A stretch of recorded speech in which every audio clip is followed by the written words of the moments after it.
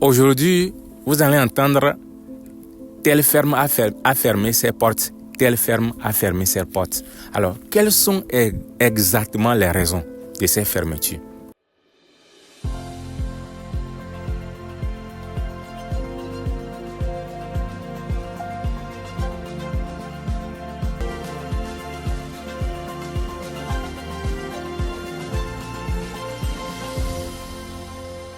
Salut à tous, comment allez-vous? J'espère que ça va. Chez moi aussi, ça va, on rend grâce à Dieu le Tout-Puissant. Alors, j'espère que vous m'avez reconnu.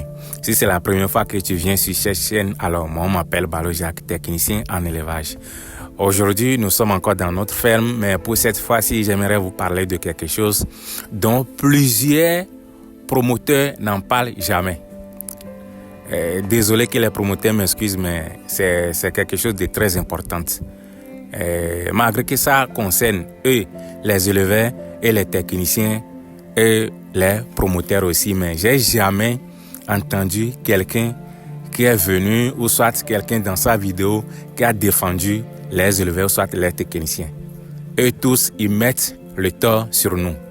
Je demande encore une fois que les promoteurs m'excusent, mais c'est une vérité et il faudrait que beaucoup de gens l'apprennent. Alors, il s'agit de quoi? Aujourd'hui, vous allez entendre telle ferme a fermé ses portes, telle ferme a fermé ses portes. Alors, quelles sont exactement les raisons de ces fermetures? Par exemple, tu as une ferme, tu as un technicien, tu as des éleveurs, tu n'es pas ici. Là où la ferme est implantée, tu n'es pas là-bas. Tu es en Europe. Ou soit, tu es dans le pays, mais tu es tout le temps occupé. C'est rare que tu viennes sur la ferme, mais tu as quelqu'un. Par exemple, un administrateur qui est là-bas. Et c'est lui, si le technicien et les éleveurs devaient avoir une discussion entre les patrons, c'est celui-là. Excusez-moi. Alors, qu'est-ce qui arrive? Cet administrateur, soit le contrôleur qui contrôle la ferme, quand il y a un problème là-bas, lui il vient, quand il y a un problème, on lui explique qu'il y a tel problème. Par exemple, si nous prenons l'achat des ingrédients, ou soit on paye l'aliment. Supposons que l'aliment, on paye ça directement.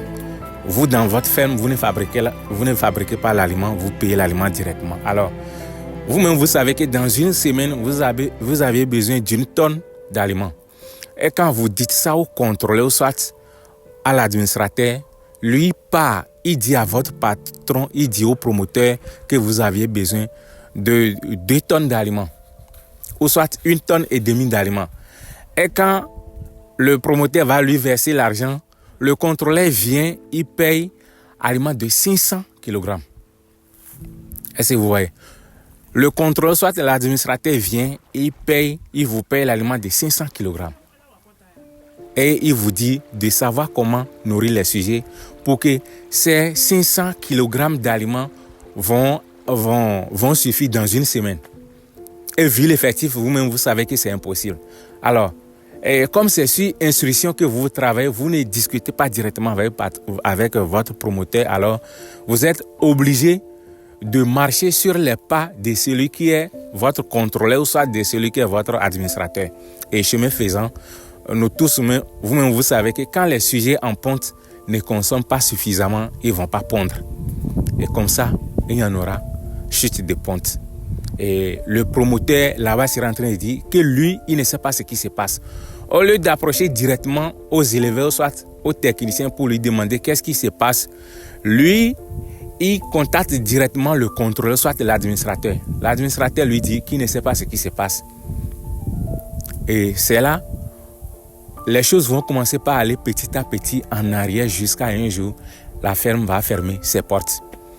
Et le promoteur, ce promoteur, quand il va devoir parler d'une ferme d'élevage, par exemple, à un de ses collègues, il va dire, l'élevage ne mange pas. Moi, j'ai ouvert une ferme, les gens m'ont tous volé, j'ai fermé les portes. Alors que c'est son contrôleur, ou soit l'administrateur, que lui-même, il a mis à la ferme, c'est lui qui est à la base de ça. Alors, si nous laissons ce côté, venons maintenant côté aliments. Tu es promoteur, on te dit, payons les ingrédients nous-mêmes, fabriquons l'aliment nous-mêmes. Tu dis non, tu as une femme, ta femme à la maison. Donc il faudrait que ta femme supervise tout. Et ta femme sur qui tu comptes réellement pour pouvoir, qu'elle ne va pas te voler parce qu'il y a plein. Je parle en connaissance de cause. Donc, la femme vient et elle fait ce qu'elle veut parce que son mari est en Europe, donc l'argent l'appartient. Elle fait ce qu'elle veut et elle met le tort sur les éleveurs. Alors, en tant que patron, en tant que promoteur, au lieu d'appeler directement ton éleveur ou soit ton technicien pour lui demander ce qui se passe, tu dis non parce que ta femme ne peut pas mentir. Et ça là, c'est sur nous les éleveurs qu'on met les problèmes. Ça là aussi, ça passe. Tu es promoteur. Le technicien te dit, patron, faisons ci, faisons ça. Tu dis non. Que d'après les informations, il faut qu'on fasse ceci. Alors, le technicien dit, ok, il n'y a pas de problème. Vous faites ça, les rendements n'ont pas donné. Tu viens, tu accuses qui? Tu accuses le technicien. Alors que le technicien t'avait prévenu. Le technicien t'avait dit, il faudrait qu'on fasse les trucs comme ça. Toi, tu vas dire non, que tu connais plus que lui. Tu as des connaissances, tu demandes des renseignements. L'élevage, c'est un domaine très dense. Tu ne peux jamais connaître. C'est-à-dire, par exemple, il y a plein de personnes, il y a des gens qui sont sur YouTube. Eux, ils ne savent même pas comment on fait pour pouvoir payer un poussin. Mais c'est eux des coachs. Ils n'ont pas de ferme, mais c'est eux des coachs. Donc, et ces gens de personnes sont en train de, je dirais, de détruire l'élevage, ça. Et ce n'est pas bon, c'est très grave. C'est très grave. Et il y a des gens qui les suivent bêtement. Ça ne se passe pas comme ça. L'élevage, ce n'est pas quelque chose de bricolage, surtout quand il s'agit des poules pondeuses. Ce n'est pas ça. Alors, si je l'ai de ce côté, je viens maintenant sur nous, les techniciens et les éleveurs. Il y a des éleveurs. Parlons d'abord des techniciens. Là, des techniciens, tu as suivi une formation en ligne de 5 000. Tu as ton attestation. Tu viens, tu dis à quelqu'un que tu maîtrises le travail. On te donne le boulot. Tu n'as rien foutu. Alors, le projet des millions est parti en l'air. La personne n'aura même plus le courage de recommencer.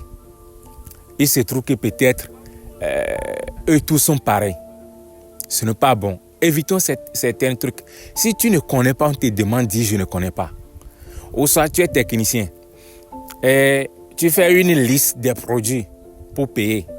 Il faudrait que les techniciens m'excusent beaucoup, mais c'est une réalité que nous tous, on devrait partager avec tout le monde. Tu fais une liste des produits, tu pars payer des produits en sachet et tu viens utiliser. Or, toi-même, tu sais que ce n'est pas bon. On t'engage, on te paye. Il faudrait que le travail donne ses fruits. Ça là, c'est une mauvaise habitude pour nous, les techniciens. Et si nous prenons du côté des éleveurs, effectivement, il y a des éleveurs malhonnêtes qui volent des œufs. Or, ce n'est pas bon. Voler les œufs, ça veut dire que tu es en train de détruire la ferme progressivement. C'est les œufs qu'on vend pour te payer. Et si vous me le permettez, c'est les œufs là qui font que tu nourris ta petite famille, mais pourtant tu les voles. Ce n'est pas bon, c'est très grave. C'est très grave. C'est très grave. Nous devons éviter le vol dans des fermes. Ce n'est pas bon. Quelqu'un qui s'est battu, tu ne sais pas les conditions dans lesquelles la personne a trouvé l'argent là-bas pour pouvoir investir au pays, pour pouvoir investir et t'engager. Au lieu de prendre soin de ça, toi tu es là pour juste avoir, c'est-à-dire pour ton intérêt personnel. Ce n'est pas bon. Il faut un intérêt collectif. C'est ça, dans une ferme, c'est ça. Il faudrait que tout le monde voit dans la même direction. Et si tout le monde voit dans la même direction, vous-même, vous verrez que, c'est-à-dire, tout marchera bien. Même contrôle dont on parle, il n'y en aura pas ça. Parce que toi, tu sais que quand tu déposes 100 francs ici, même 100 000, quand tu viens, on te dit, ah, on a trouvé 100 francs ici. C'est ça. C'est ça. L'argent, c'est Dieu qui donne. Pas dans le vol, non. C'est Dieu qui donne l'argent. C'est une bénédiction. Et quand tu travailles correctement, tu suis et ton chemin, tu verras que Dieu aussi va placer des bonnes personnes sur ta voie. Sur ta voie. Donc, c'est quelque chose que souvent, j'ai envie de parler, mais je me dis, mais si je parle, il y en aura des gens qui ne seront pas d'accord. Mais c'est une réalité. Nous tous, on ne sera jamais d'accord sur un point. On ne sera jamais d'accord sur un même point. Non, il n'y en aura pas ça. Il y en aura des divergences. C'est toujours comme ça. Est-ce que vous voyez? Donc, sur ce, le fait que les fermes ferment leurs portes, ce n'est pas uniquement les éleveurs qui sont à la base, ni les techniciens qui sont à la base, non. Il y a nous tous qui sont à la base de ça. Il y a les techniciens malhonnêtes, il y a les éleveurs malhonnêtes, et il y a aussi des promoteurs aussi malhonnêtes qui sont aussi à la base de ça, parce que tu es là-bas, tu n'es pas ici. Au lieu de prendre contact directement avec tes collaborateurs, tu dis non, que tu ne veux pas. Au lieu de demander directement, celui qui est là-bas, tu prends quelqu'un d'autre ailleurs qui ne connaît rien dans le domaine et tu lui dis deviens supervisé. Qu'est-ce que lui en sait? Il ne connaît rien dedans. Et pire encore, si c'est quelqu'un qui est ici, vous êtes en Europe et c'est issu de votre famille, là, ces gens ont tellement de pouvoir sur nous. Quand tu parles, on dit, c'est mon grand frère, c'est mon petit frère, c'est ma grande sœur. Donc, tu as quoi à dire? On rentre dans nos coquilles parce que le promoteur même connaît bien celui qui l'a mis là-bas comme contrôleur. Donc, la faute ne revient pas à nous, mais c'est à nous tous, quel que soit l'éleveur, technicien, les promoteurs. Donc, ensemble, il faudrait que chacun, quand tu as des collaborateurs, il faut souvent leur demander ce qui ne va pas. Même si vous avez des contrôleurs en cachette, demandez d'abord à ceux qui sont sur la ferme, celui qui est régulièrement sur la ferme. Demandez-lui ce qui se passe, ce qui ne va pas. Comme ça, vous verrez qu'il n'y en aura aucun problème. Mais du moment où tu as peut-être, il y a certains promoteurs qui font quelque chose, tu as peut-être 5 000 têtes de sujets, ou soit tu as 2 000, ou soit 1 500 sujets, et tu as engagé une seule personne, mais tu lui payes 30 000. Comment la personne ne va pas vouloir voler? Non, soyons clairs. Tu lui payes 30 000, alors que la personne travaille 24 heures sur 24 heures en élevage, il n'y a pas jour de repos, il n'y a pas congé dedans. Il n'y a pas jour de repos, il n'y a pas congé dedans. Mais tu lui payes 30 000. Alors que la personne te fait sortir des millions chaque mois. Tu penses que la personne ne va pas vouloir voler? La personne va voler. La personne n'est pas à l'aise.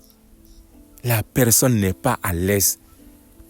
Il se voit tout comme si tu l'utilises simplement. Comment quelqu'un qui travaille, il nourrit tes sujets plus de 1 500 et à la fin du mois, toi, tu lui payes 30 000. C'est pas possible. La personne peut voler. C'est une tentative et ça arrive. Quand la personne vole maintenant, vous allez commencer par dire ce n'est pas bon, il est méchant. Mais d'abord, toi, tu lui payes combien à la fin du mois? Le SMIC, vous arrivez à respecter ça? Impossible. Mais mettez, au moins, il faut mettre les travailleurs, vos travailleurs dans des conditions favorables et comme ça, tout passe bien. Personne ne va même pas penser voler, non. Le vol là, c'est quand vous maltraitez vos employés, c'est ça qui amène le vol. Je vous dis ça aujourd'hui. Les gens ne seront pas d'accord avec moi, mais moi je m'en fous. C'est une réalité. Quand vous maltraitez vos travailleurs, quand vous maltraitez vos employés, vous les prenez comme des esclaves là. C'est là le vol arrive. C'est là le vol arrive. Moi, je peux quitter ici à la ferme. Moi, je peux faire 2 semaines sans venir ici. Un œuf ne va pas perdre ici. Un œuf, on ne va pas voler. C'est ça. C'est ça. Un œuf, nos employés ne vont pas voler. Ils ne vont pas voler.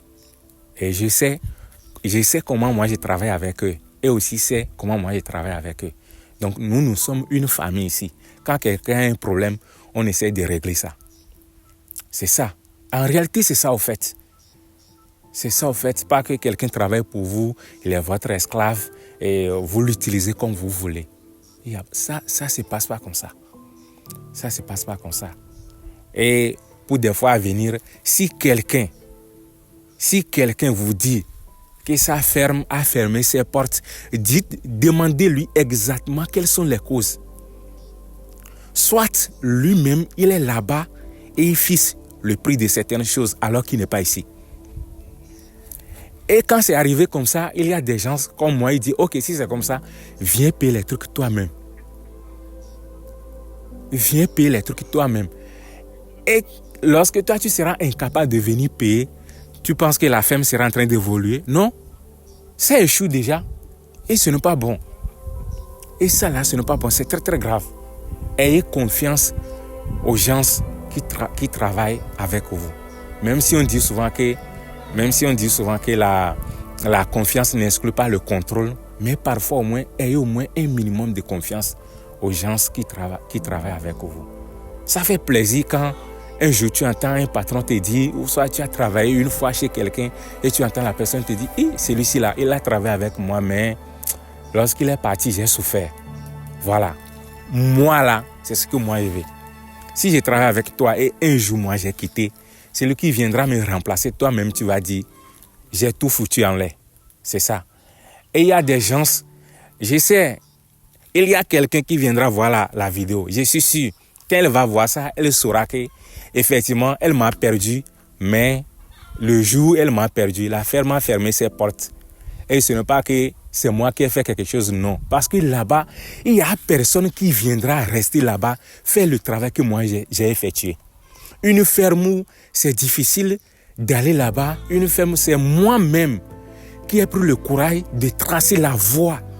Une ferme où il y a personne là-bas.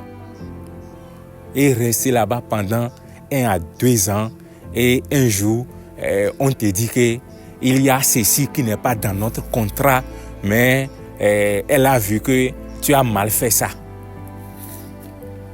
Non, ce sont des choses, c'est pourquoi quand je vois des gens se dire que ma ferme a fermé ses portes, on m'a volé, on m'a fait ci, moi je ris. Parce que moi j'ai pris pas plusieurs choses, moi j'ai pris pas beaucoup de choses.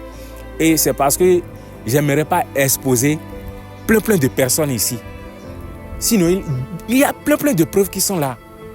Je parle en connaissance de cause. Voilà. Ce n'est pas donné à n'importe qui de venir rester dans une ferme, surtout comme nous tous on sait que les fermes sont à des endroits reculés. Les fermes sont à des endroits reculés. J'ai quitté, on a amené plus de 20 personnes à la ferme. Mais finalement, la ferme a fermé ses portes parce que personne ne peut pas rester là-bas si tu n'as pas la passion du travail. Si tu n'as pas la passion de l'élevage, tu ne peux pas rester là-bas. Tu ne peux pas rester là-bas. Il faut avoir d'abord la passion de rester là-bas. Et quand tu travailles, puis du jour au lendemain, on te balance du n'importe quoi. Quand tu t'énerves, quand tu pars, le karma existe vraiment. Le karma frappe très fort. Est-ce que vous voyez? Donc, il y a plein de ces choses-là que les promoteurs nous cachent. Voilà, même si nous aussi, il y a parfois, nous on déconne, il y a aussi des promoteurs aussi qui cachent plein de choses aux yeux de tout le monde. La fermeture des fermes, ce n'est pas uniquement les éleveurs, les techniciens, non. Il y a aussi les promoteurs aussi qui sont dedans. Voilà, il y a aussi les promoteurs qui sont inclus dedans. C'est ça. Et voilà, c'est un peu ce que j'aimerais partager avec vous cette matinée. Et si c'est la première fois que je viens sur cette chaîne, alors je t'invite à s'abonner, à partager massivement la vidéo pour faire grandir notre communauté. Et merci et à la prochaine. C'était moi, Balo Jacques, technicien en élevage.